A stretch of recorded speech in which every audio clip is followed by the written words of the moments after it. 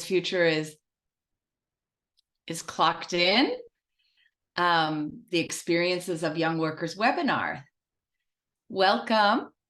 I think we're going to just wait one moment till we're all started, but I think we're ready to go. So again, welcome. My name is Janna Shadduck-Hernández. We'll be introducing ourselves in a minute, but first I wanted to just tell you how excited we are to host today's discussion with key stakeholders and experts who are speaking about their research, their work, their advocacy focused on the experiences of young workers in California today. At the end of today's event, we'll have time to have an interactive Q&A session. And if you have any questions for any of our panelists, please send it using the Q&A button at the bottom of your Zoom screen. So now we'd like to really recognize this has been a collaboration across many communities and many organizations. We'd like to recognize all of our partners who have been part of this journey with us and have helped us get to this webinar today. They're there on the screen. So today's agenda, we have a brief agenda. We only have an hour together, but it's going to be a beautiful hour. We want to do some welcome and opening remarks, report highlights. We will then have a panelist discussion with our experts who are here today, who you'll meet in just a moment. And then we'll open up to Q&A and just have some final closing remarks. So I'll just begin by welcoming again everyone here. Thank you for your interest in this topic. As you all know, young people play a vital role in California's economy and constitute a large part of the state's labor force. Focusing on young workers allows us to examine the trends, unique challenges, and opportunities facing this population, both the present working conditions we look at, but also the role that they play in the future of California's labor force. California's Future is Clocked In, the Experiences of Young Workers, presents the latest findings from the UCLA Labor Center's State of Young Workers in California Research Agenda and Initiative. And the UCLA Labor Center and the Institute for Research on Labor and Employment are very much committed to producing timely applied research to address the most critical issues that bring together workers, students, educators, community organizers, labor activists, and policymakers so that we can jointly lift industry and workplace standards, create jobs that are good for communities, and strengthen the rights and protections of all workers. So I'm especially grateful to all of our panelists this morning for joining us and for this really important conversation. I'm going to ask each panelist to introduce themselves briefly. They have very impressive bios, but I'd like them to introduce themselves to our audience with their name and pronouns, title affiliation, and why young workers matter to you and your organization. We'll start with Vivek, please. Thank you so much, Janna. Hi, everyone. My name is Vivek Ramakrishnan. I am one of the co-authors for this report. My pronouns are he, him. And yeah, I'm so excited to be talking about young workers today as someone who is recently a young worker. I think it's really important to start to think about California's future and economy. So yeah, I'll pass it over to Veronica. Good morning, everybody. Thank you for being here. I'm Veronica Terriquez. I'm a professor at UCLA.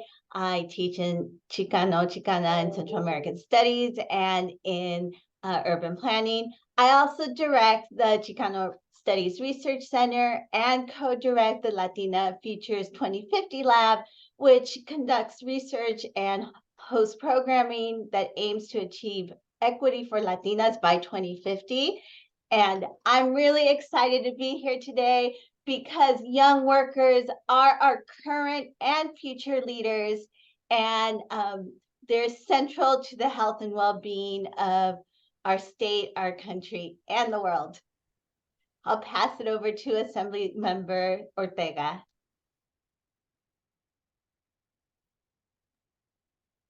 Thank you. Hello, everyone. My name is Assemblymember Liz Ortega. I represent Assembly District 20, which is located in the East Bay, Northern California. My main city is Hayward, Union City, San Leandro. I represent over 500,000 residents, and excited to be here.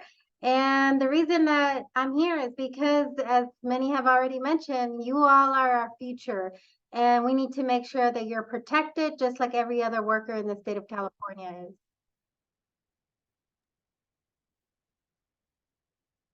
And good morning. My name is Robert Sainz, the president and executive director for New Ways to Work. And New Ways to Work focuses on young adults, in particular for the young adults who have not been at work and disconnected from school. So I know the research is going to talk a little bit about that today as well, is that this disconnected youth population, which we call opportunity youth population, is what is critical to me to make sure that we have an inclusive economy for all young people, and especially those young people coming from the probation, foster, and homeless care systems, that they need to be able to be included in these discussions and in the opportunities. So to me, young adults are not just critical for their own personal development, but they're critical to their family's development, and they're really critical to our economy and our health of our economy. So thank you. Pronouns he and him.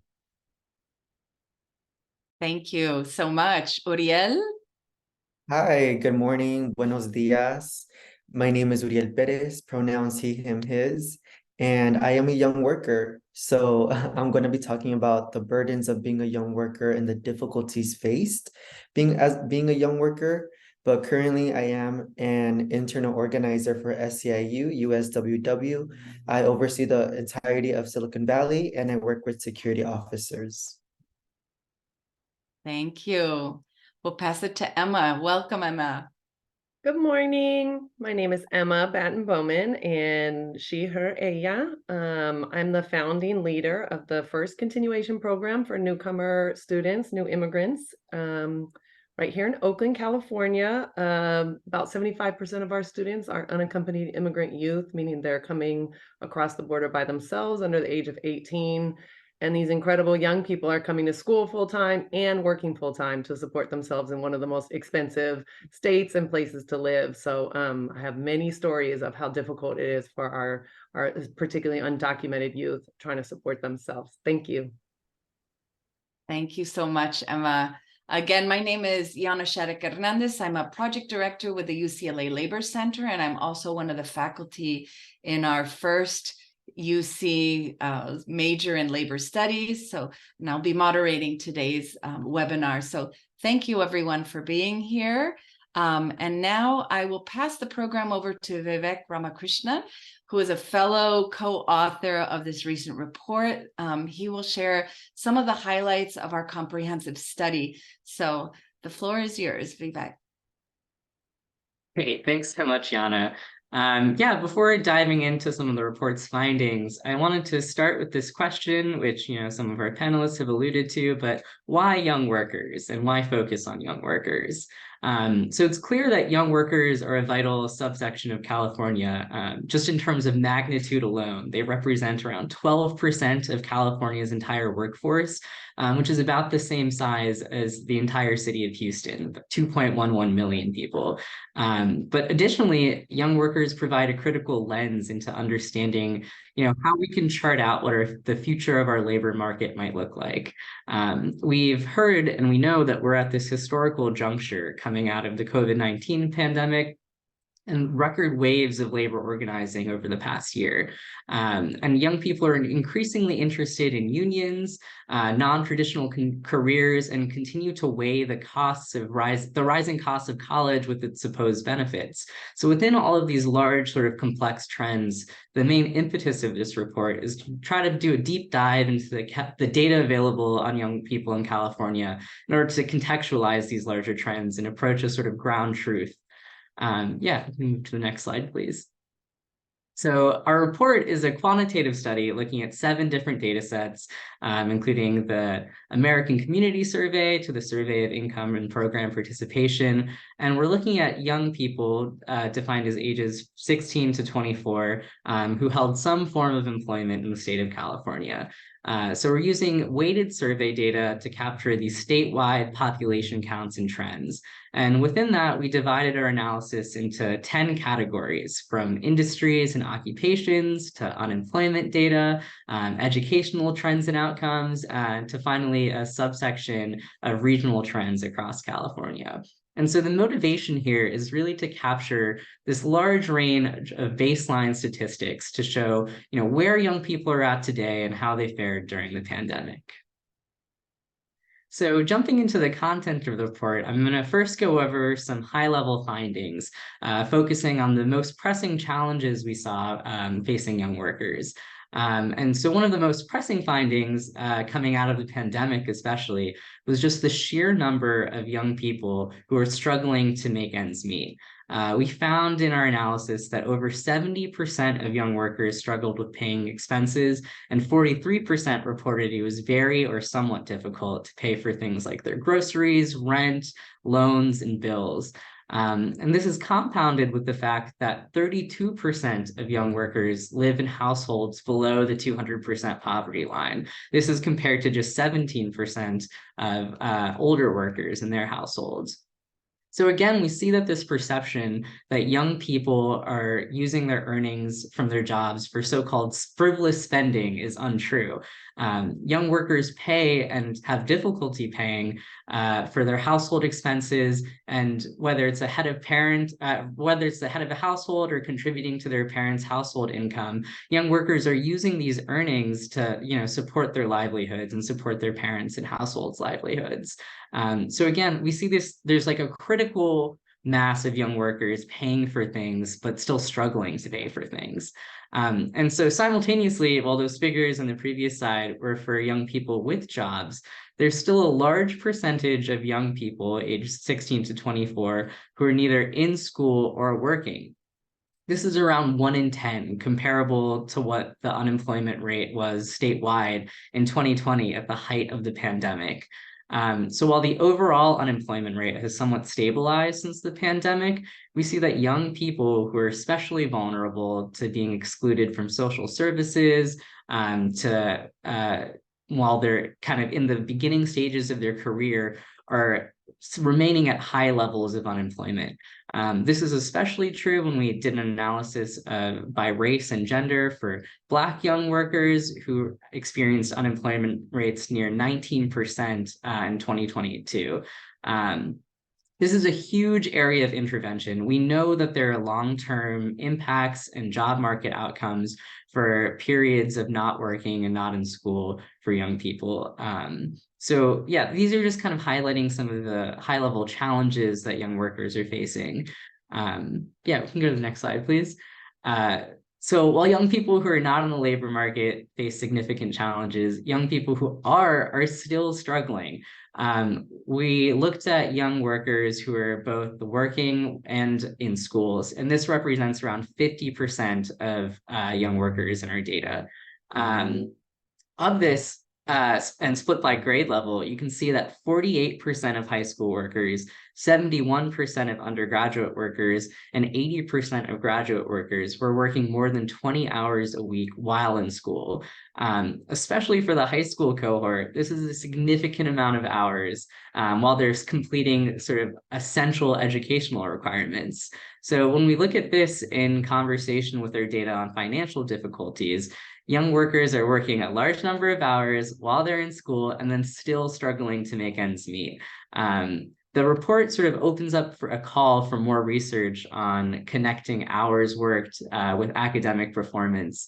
But the sort of high-level findings are that young workers are increasingly working sort of intensive hours.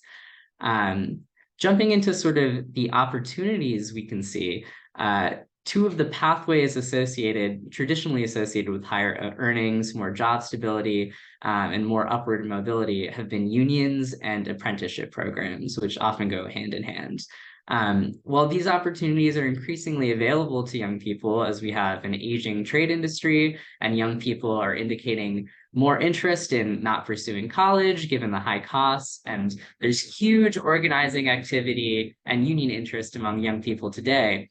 But these opportunities are not evenly available. Our analysis of federally registered apprenticeship programs shows that 94% of apprenticeships in 2022 were given to young workers who identify as male, compared to just 6% of their female counterparts.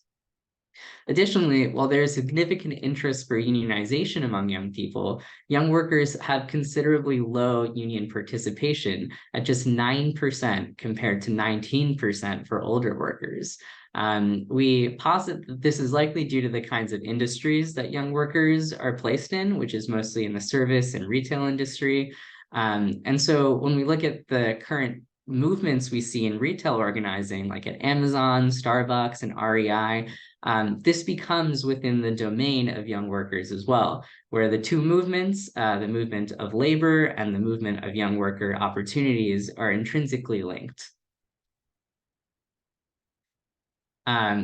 Diving into, what does this mean? What's the future of young workers look like? Some of the major takeaways and questions we have for stakeholders committed to supporting the next generation of California workers are, one, we need to first recognize and uplift this idea that young workers are an essential part of California's economy, both today in terms of their current working conditions and their current struggles, but also in the future and what that might look like. Second is that young workers are often enrolled in school and college. How can we best serve workers and learners? If this looks like working in learning programs or providing college and high school credits for working, but especially these Know Your Right campaigns that I'm sure we'll talk about more in the panelist discussion. Third is that some opportunities for young workers, like apprenticeships, paid internships, and union jobs, are extremely underutilized for this subsection of the workforce. So how can we augment young worker access and use to these sort of essential programs? And lastly, we really want to think about how can community partnerships and youth-led initiatives change the narratives and drive policy affecting young workers today. So these are sort of questions we hope will kick off some interesting discussions. And I will hand the mic back to Janna for our panelist discussion. Thank you, Vivek, for that wonderful overview. We encourage you, and we'll be sharing our QR code, encourage you all to look at the study more in depth. But my first question this morning will be directed to Assemblymember Liz Ortega from District 20. Thank you again for being here today. We're very excited about the first of its kind law that you authored, AB 800, and that you led to become our new law that mandates that all California public school students learn about their labor rights, and it empowers young people with information and tools they need to understand their workplace rights and their rights as workers. Could you tell us a little bit more about AB 800, how it came to fruition, and some of the goals you have for this new law, as well as your commitment to young workers overall? Thank you. Yes, thank you. Again, excited to be here. And I want to thank the Labor Center, because when we started the work on AB 800, we knew that we needed a partner who knew about young workers and were just as committed to it as we were. And the Labor Center has been a critical part of that, of getting it to the finish line and getting the governor's signature. So thank you so much for all your work. This bill came about because, a little bit about my background. I used to be the head of the Alameda Labor Council. So I used to represent 135,000 workers in Alameda County and spent over 20 years as a labor organizer. And throughout my career in organizing workers, it was very clear that young workers were often the most, exploited, taken advantage of, and didn't have a voice, particularly immigrant workers and young workers. And so when I came into the legislature, the California Labor Federation came to my office and we talked about what we wanted to do. And this was a bill that came about from all those different stories and statistics that we were looking at. Particularly in 2021, we realized 9 teenagers died from workplace injuries.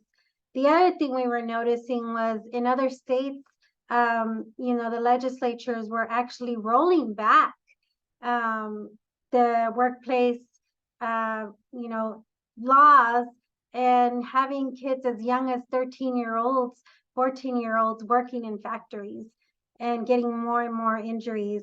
And we didn't want to be those other states. We wanted to lead on the issue. And so that's how AB 800 came about. And my goal with the bill is twofold. One, to make sure that our youth are educated about their workplace rights. It was the number one thing we kept hearing when wages were being stolen, when young girls in particularly were being sexually harassed and would report it, nothing was done. When they had a workplace injuries, they didn't know where to go. And so making sure that our youth are prepared with the information they need when they take on their first job, and making sure that they know who to contact. As a legislature, I passed many laws for workplace protections, but our youth don't know about these. So making sure that they know about them and where to go. And then the second part is also knowing about how to organize a union. We talked about what a difference a union makes, and we've seen data that says 80% of this new generation actually support a union. And so they'll be learning about labor history and what it means and how to organize a union.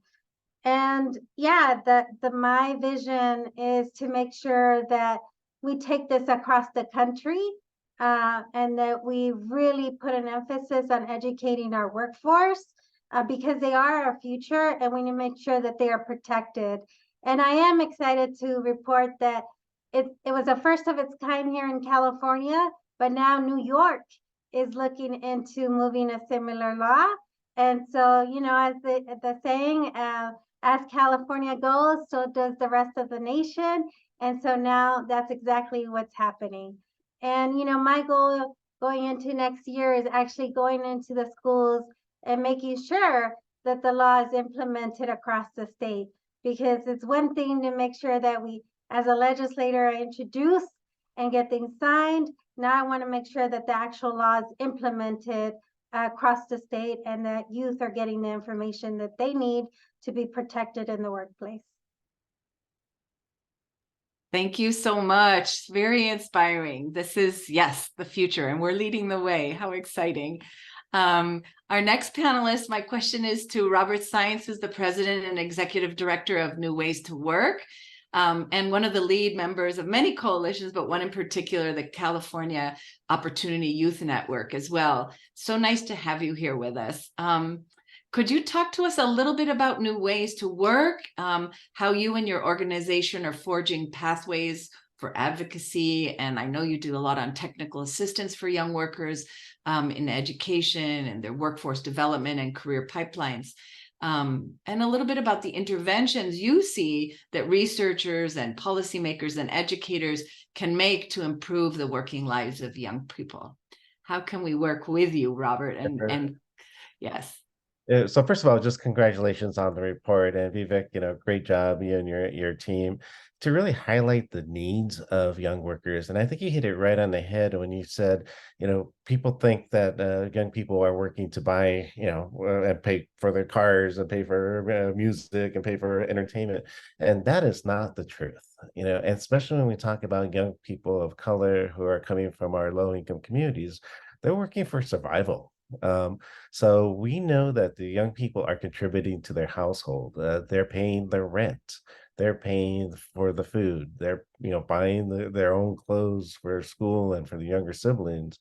And also what's important to also understand for future research is the unpaid care, especially for the young women who are taking on the roles of caregivers of their family members. And this was particularly with COVID, when you saw the young women who disenrolled from school and disenrolled from the workforce. It was because they were taking care of their aunties and abuelitas, and also one of the other issues is that they have young children. So about 25%, will have in this age group bracket will have a young child. So the whole caregiving piece, and often it goes unpaid and it goes unrecognized. And again, and unfortunately, the burden does fall on the young women in this young worker population. So what that says is that in terms of our social policies, we have to be able to build in childcare. We have to be able to build in alternative opportunities for the young people to actually succeed. And we don't do that. I ran the city's of Los Angeles workforce the development system for a very long time. And oftentimes the individual grants are standalone grants or standalone efforts and siloed efforts, but we don't bring together the comprehensiveness of the work that is actually needed for the young people to succeed. So as you can see, I'm passionate about bringing the resources to help young people not to get stuck into low-wage jobs, but put them on a career path and then giving them the opportunity just to get on that path, that on-ramp.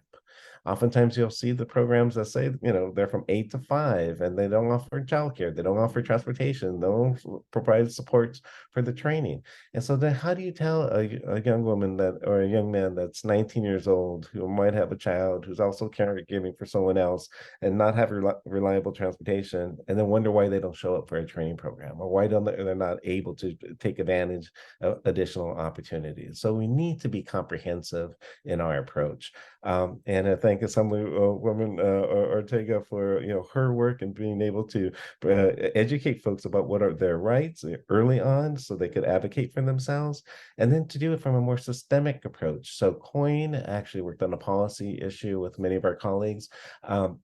ACR 16, which actually Assemblymember Fong authored, which is asking the state to have a master plan for young people. And which they don't currently have, so there's a lot of work that needs to be done. But I really do want to congratulate you for highlighting what young people need while they're in the workforce and for those who are coming into the workforce. Thank you. Thank you so much, Robert. I mean, this is the beginning of many. This is baseline data for us to be able to all use, to be able to advocate for those social policies and for really creating the comprehensive kind of supports that young people need. So thank you.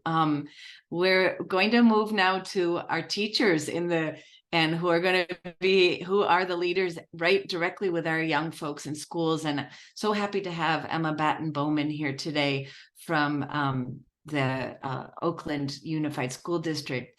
Emma, you're a teacher, you're also a school leader, you're at the fore of so many important issues around young people's lives, particularly the most vulnerable, undocumented and newcomer youth at Rosedale Newcomer High School.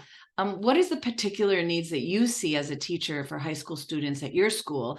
And how can policymakers work to support their educational trajectories, ensure that we have social infrastructures that are better suited to support them? A lot of what Robert was just alluding to. What is your experience? And thank you for being here.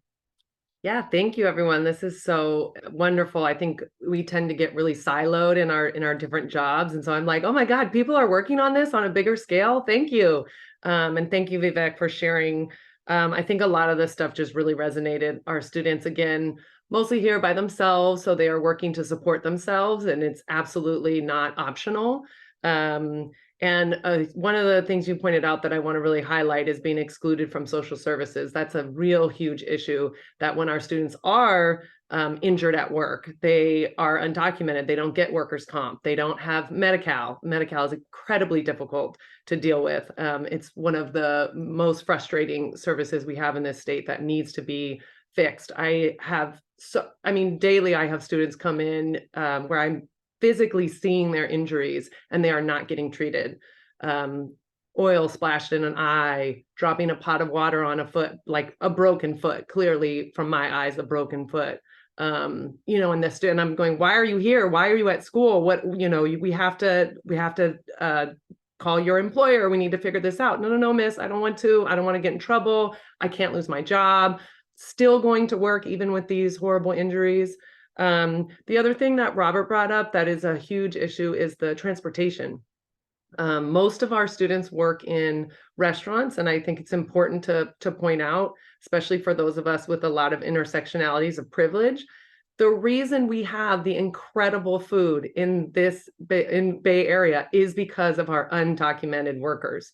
Our students tend to leave work at midnight, 1 a.m. They have to wait for a bus. They have to figure out a way to get home. We've had students actually kidnapped. We had students robbed. We've had students shot at. I mean, it is not safe, and they still have to go. They have no other choice. As far as sort of the education piece, one of the reasons, I mean, the reason we started Rudsdale is because we saw such a huge dropout rate, as particularly with our unaccompanied immigrant youth. Understandably, how do you get up for school at 8 a.m. after you work till midnight, 1, 2 at night, do homework? As Robert pointed out, you're caring for a family, you're caring for elders, your youth, you're sending money back home to your own country. So what we did is created a shorter school day. We don't give homework, we give credit. We can give very little credit. I think that's one of the sort of bigger policies. I'm able to give, usually I give PE credit because the students are working in incredibly difficult, physically difficult work. But what other credits? Can we be more creative to give students credit for this work? I've tried really hard to build relationships with the restaurants to figure out like what, how can we work together where we're supporting our students with the skills that you need. You're supporting us to get the students with the skills they need to graduate. It's interesting because sort of from a newcomer perspective, there's such a push in California high schools to bring the workforce learning into high schools. And I'm like, yeah, these students, they don't need internships. They're all working full time. Like, why is that not sort of along the same line? So figuring out how to our students are working, they are getting these skills. How are we working together? And I would say in general, our education system is just still so antiquated and we have not moved forward with what our students actually need, not only thinking about workplace, but in life now, there's really different skills we need. So sort of expecting kids to be at school every single day at the same time, and these, separated subjects, like all of these things we need to change, and we need to be more creative to support young people. And I do want to mention that our school is about 70% indigenous, mostly Guatemalan. So, we could also step way back to the history of imperialism that we're seeing play out again today, and just take a deep breath for the way our country continues to treat indigenous folks that we need to be supporting. So thank you. Thank you, Emma. What a powerful sort of analysis, and what lucky students to have a teacher like you who has all of this right at the fore of thinking of creative and innovative ways that our schools can address their needs. Thank you for all your work. And yes, we will continue to collaborate. It is important that we all see each other and get out of these silos. So now I'm really excited to have Uriel Perez Vivaldo speak with us a little bit about your experiences as a young worker. Uriel, thank you for being here. Could you talk to us about your work? You've worked as a fast food worker, as a janitor. You have gone to school. You have balanced many of the things that our study even speaks about and what our panelists have alluded to. And now you've become a new organizer with SEIU, USWW, the Service Employees Workers West Union. And so tell us a little bit about yourself and about your own experiences, and then how your work is going as a new organizer. Yes, so I did work various jobs in fast food, such as Chipotle, Wendy's, Taco Bell, Dunkin' Donuts. And I also used to be a janitor, actually. And that was during my community college days. And like Emma said, young workers get off really late. And being a janitor, I would get off at 1:30 in the morning. I didn't have the best reliable car. At some point when I got off work, it stopped working completely. So that in itself was expensive. And so, especially in today's economy with, prices increasing, it really did create a burden of my whole entire check is going to be used to fix my car. And so then I still have other expenses on top of that, which again, politics doesn't really take into account. And even then, as a janitor, I would still go to school. I would do my homework during lunch. And it got to the point where I would experience migraines throughout my entire shift. And, there would be times that I would cry because it really came to I got an idea of like, do I really have what it takes to graduate on time and with good grades still?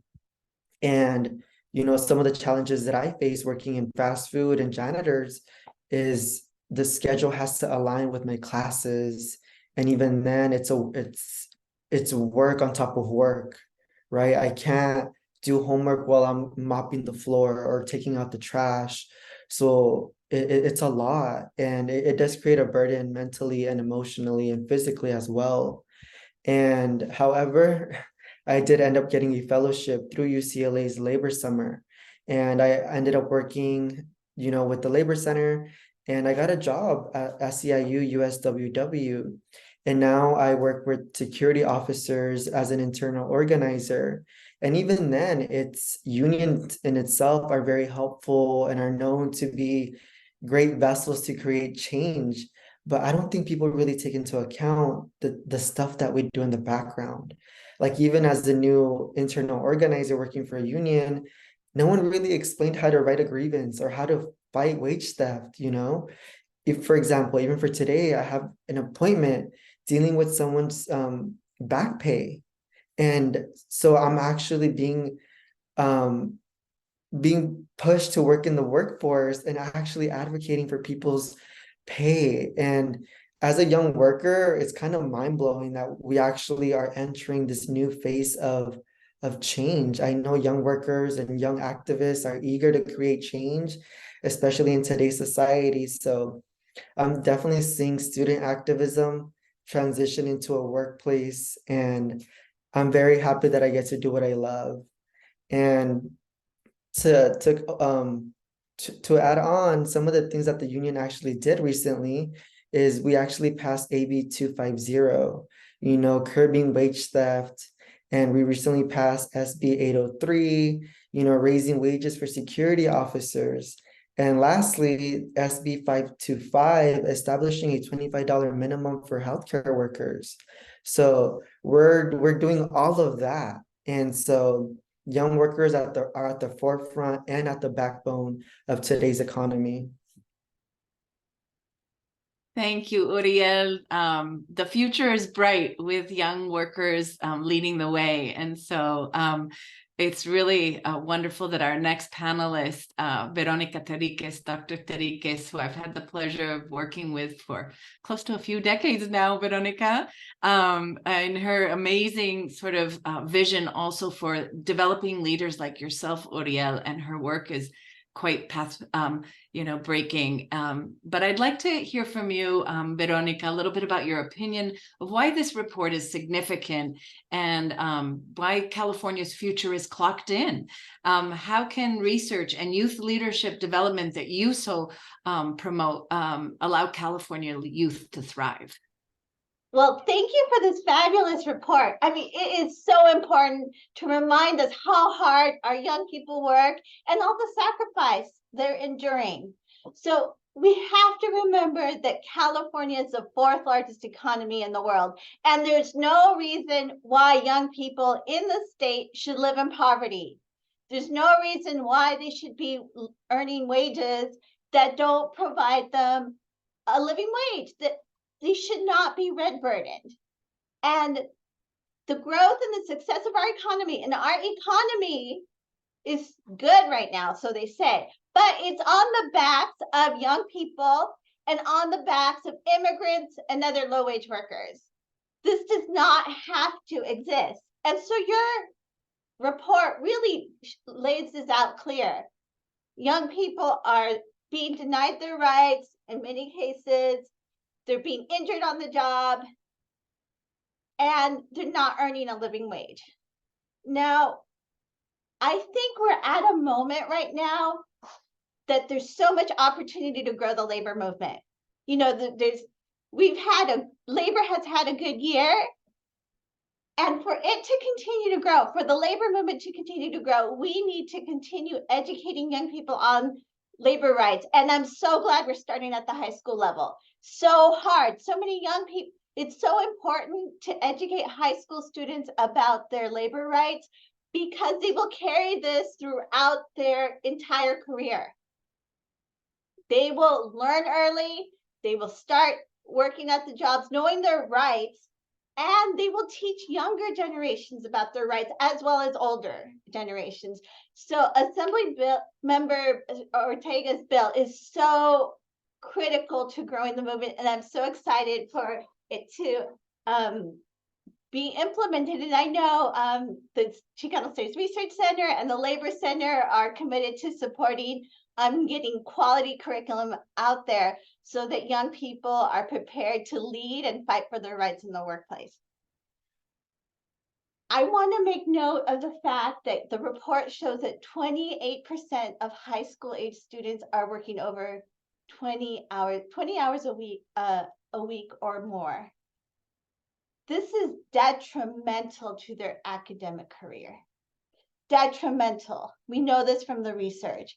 And so this just speaks to the fact that the young people are the safety net. They're working to make sure that their extended families can pay the bills. And this has to be addressed.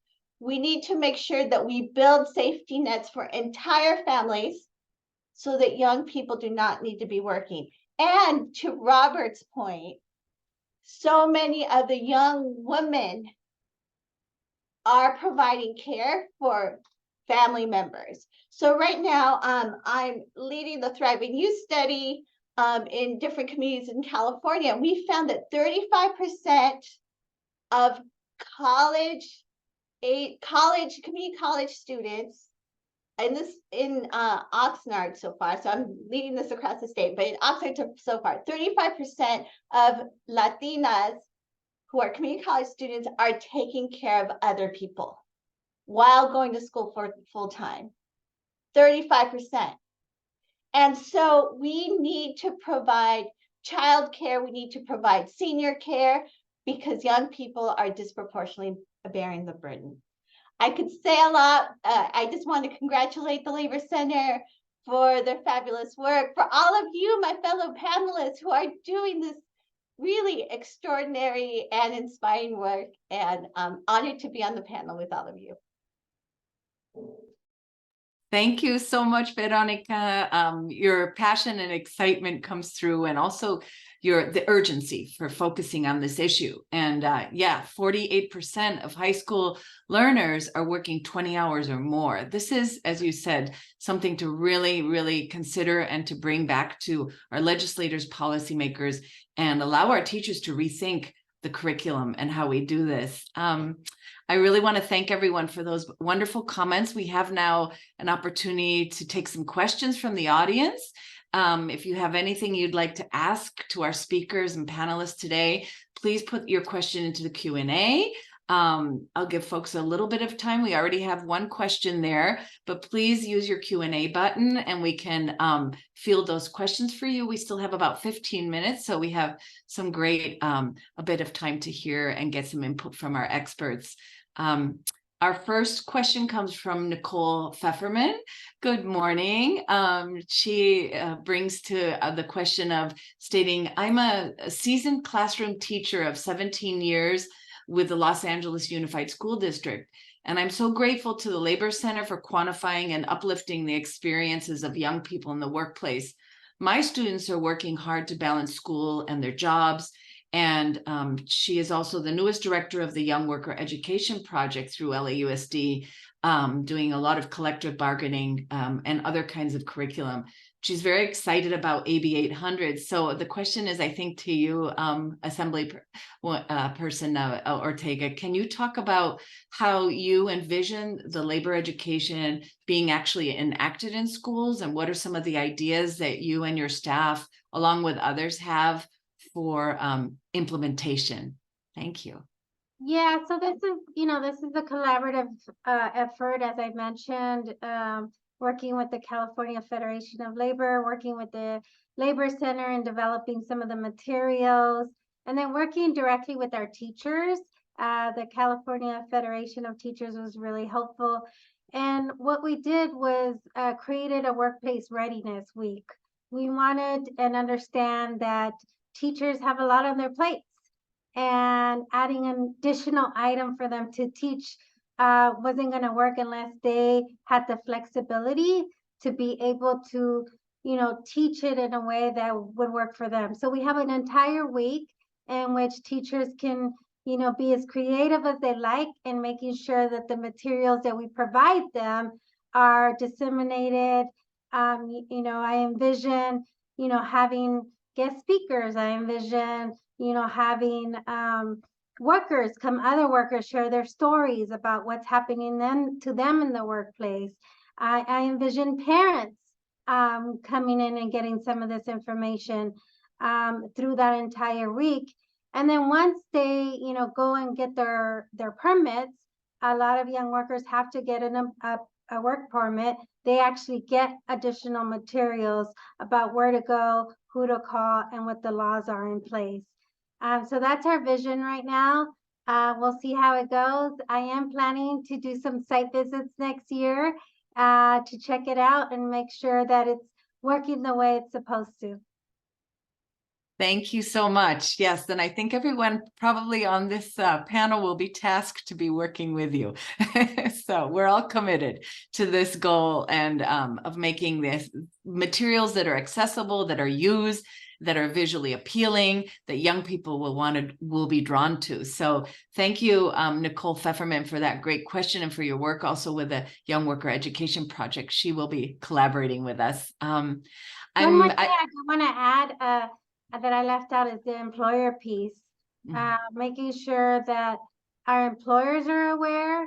And, we do have some good employers out there. And so making sure that they share stories about what they're doing to protect young workers so that we can educate other employers. And then there's the accountability piece. There's definitely, it's great to have all these things, but there has to be accountability for both the way we implement it, roll it out, and then the employer side of things. Thank you, Assemblymember Ortega. I have another question here, but I encourage everyone to please use your Q&A button. Oh, there they come. One of the questions, and maybe this to you, Vivek, is about undocumented students and the representation in our study. I know that there's 13% overall, an estimate of 13% of California's young worker population are undocumented, but perhaps you'd like to comment a little bit more on that. And it is an area for future research, I know, in our study.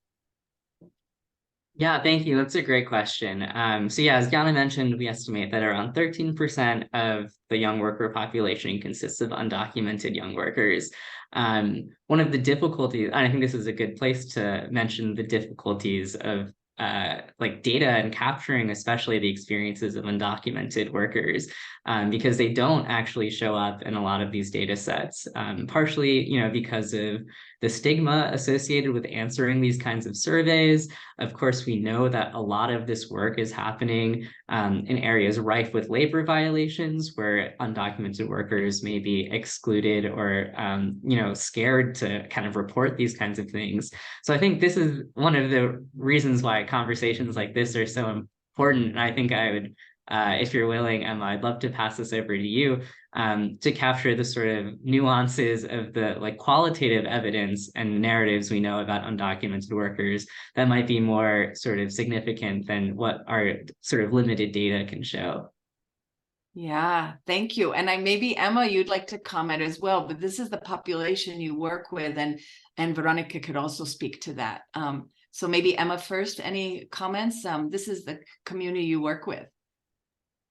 Yeah, I mean, I think it's interesting. It's really hard to figure out in general what kind of how to, I'm not sure how you're capturing undocumented workers in your report, right? And then how are we capturing the, when there's a lot of using of other IDs and changing your age so that you're allowed to work. So how are we finding out the actual information of how many young people are working and constantly switching jobs and constantly moving around to different counties, to even different states. So I don't know, I think it's really complicated. And And again, I think one of the biggest pieces is like what protections actually work for undocumented workers. So like, you know, you're not going to get a lot of stuff like workers' comp, but then like, you know, I'm curious, Assembly member, also to know more about like, I don't even know like what, you know, there's some laws around like injury in a workplace, but if a student is undocumented and is desperate for this job and needs this money and is like, I really can't afford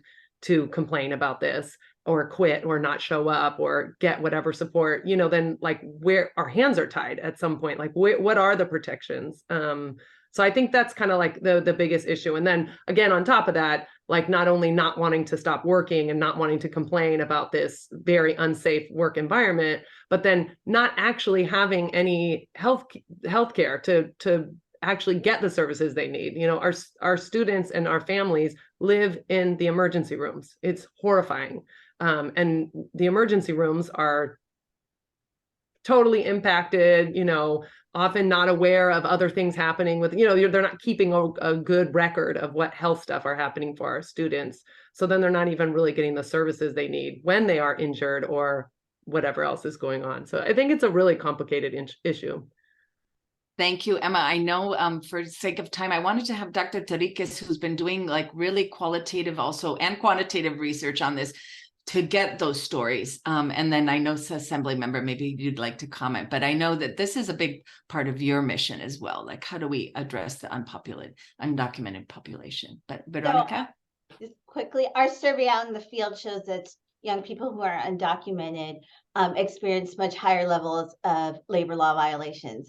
And so this speaks to the importance of making sure that the education that's going into the high schools also includes the rights of workers, even if they are not U.S. citizens. Yeah, thank you. I know for sake of time, there's a question from Joe Harity from the Stewart Foundation who supported this study, and it's directed to you, Robert, about the catalytic opportunity presented by ACR 16 and the state comprehensive plan that you mentioned. Could you tell our audience a little bit more about that? Because that's very exciting. Sure. And thanks, Joe, for the question. So one of the biggest supports that folks have for workforce, it's called the WIOA, Workforce Innovation Opportunity Act. And there's an adult component, which most folks are familiar, but there's a funding source that is for youth and young adults. So it's 16 to 24, and it's really designed to provide the work supports for individuals to come into the workforce. And so that federal money, which is hundreds of millions of dollars, comes through the feds to the state, and the state allocates that out to local areas. So I do encourage that all of you take advantage of that workforce funds, but more importantly, the boards, because they are designed to actually, address workforce issues for young adults, and that's where we spend a lot of time. But unfortunately, this funding oftentimes is actually implemented as a standalone funding source, and so they do very limited programming. And for a long time, it did not include undocumented folks, because they had a federal requirement to have documentation. So that was another major issue to be addressed, especially throughout the state of California. So what we proposed, and Assemblymember Fong led, was for the state to actually look at the youth workforce system and actually connect the various dots and funding that is happening throughout the state. So how do we take this wonderful bill that Assemblymember Ortega has done with the school district, and then the funding that's coming through the school district on workforce development, and funding that's going through the community development block grants, and funding that's coming through the Fed WIOA dollars, and the funding that's coming through the Department of Justice for workforce? And how do we make it easy for local folks in the community to access those dollars, and to make sure that we're actually spending it efficiently and effectively, that our communities are actually benefiting, our young people that are actually being successful, and that the money is just not spent to be spent.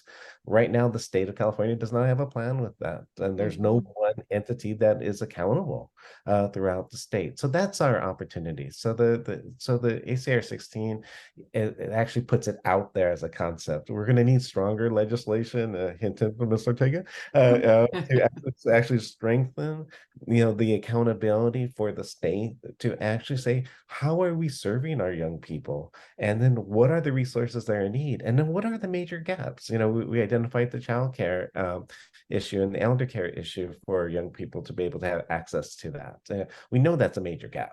Child care funding is another separate entity that handles that. It's not connected to the workforce. So we put the onus on our students to go and try to find where the resources are at. And then we play this game of referrals, and we send them to 7 different places, and they don't have the transportation even to get to the first place, no more or less to get to the second place. And then to navigate these crazy bureaucracies. And I was a part of that for many, many years. I was self-focused on a recovering bureaucrat, so I know what bureaucracy is. But you tell a young person to go to get another service, and they have to stand in a line and provide other documentations that they don't have. They just give up, and so they don't access it.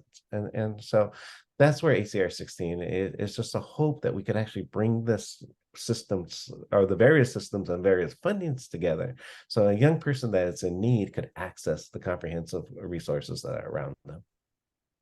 Thank you so much, Robert. I know that this is a goal, I think, with AB 800 to get this into the schools and to really think about how we can bring all of our resources together, but bring it directly to the source and to hear from young people. And I want to open up the mic to actually a young worker who's online here, and it was inspired by Uriel's testimony. But Chisomaga Su, thank you for raising your hand, and we'll unmute you to ask a question to the panelists. Are you there? Yeah, my question was, you said undocumented students, because of the stigma of answering the surveys, sometimes they're just not in they don't fit into these statistics. So we really don't know how many undocumented workers there are, or so how do we, for these policies like the ACR 16 and other policies that try to help out young workers, how would they incorporate these undocumented students if we don't know the demographic, or if we don't know the statistics of them or how much they are? Thank you for that question. Veronica or Vivek, would you like to take that, Veronica, with your study, perhaps how you're doing that and building leadership, and the trust across communities? So through the Thriving Youth Study, high school students and community college students are the main young people administering the surveys to their peers. And because they're trusted messengers, we gather data on immigration status. And so these statistics give us an indicator of where the undocumented youth are concentrated. And so when we do public education, it's important to know where immigrant communities are concentrated. Emma's school is one ideal place to combine immigrant rights and worker rights education. And so we don't have precise estimates of the population, but we do know where many of these young people are concentrated. Thank you. I know we're almost at time, and there's some other really great questions. There was a question that I think, Robert, you answered about how can community-based organizations get more involved and collaborate with schools and with the state agencies. I think you answered some of that, but I would definitely invite Abby Cohen, who asked that question, will be participating perhaps in some of our future dialogues. There's also a question around building curriculum beyond just AB 800 around solidarity, nonviolence, and seeing rights and human rights and worker rights as a holistic sort of ethnic studies potentially. And I know that our collaborators like Veronica Terriquez and other educators like Emma, we're really thinking about how we bring in a rights perspective across also thinking about nonviolence around human rights and solidarity across youth workers, right? So Having said that, I don't know if any of the panelists before our last minute have any final comments. I thank everybody for putting in those questions. I'm sorry we didn't get to every single one, but we do have the QR code for the report. It's there, and we will be, there's a question, will we have more of these conversations and webinars? Absolutely. We have about 80 people on this call right now. This is very exciting. I want to thank all of our audience too for being here and really focusing on one of the most critical issues of our day, the future of our state and the future of the nation. So maybe any final comments from anyone from the panel? Thank you all so much. And please share the report with your colleagues. It's just really critical that we get this information out.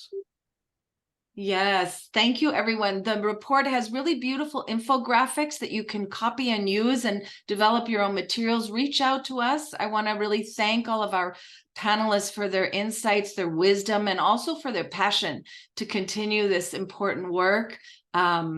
As the Labor Center and the ILRE, we are very much committed to young workers and to really having this, wave of organizing that's happening be really led by young people. And I know that is the mission of all the panelists here and their commitment to youth. So thank you again for being here. Please look at the report, and we'll be signing off now. Thank you very much. And we look forward to the next round of webinars with all of you.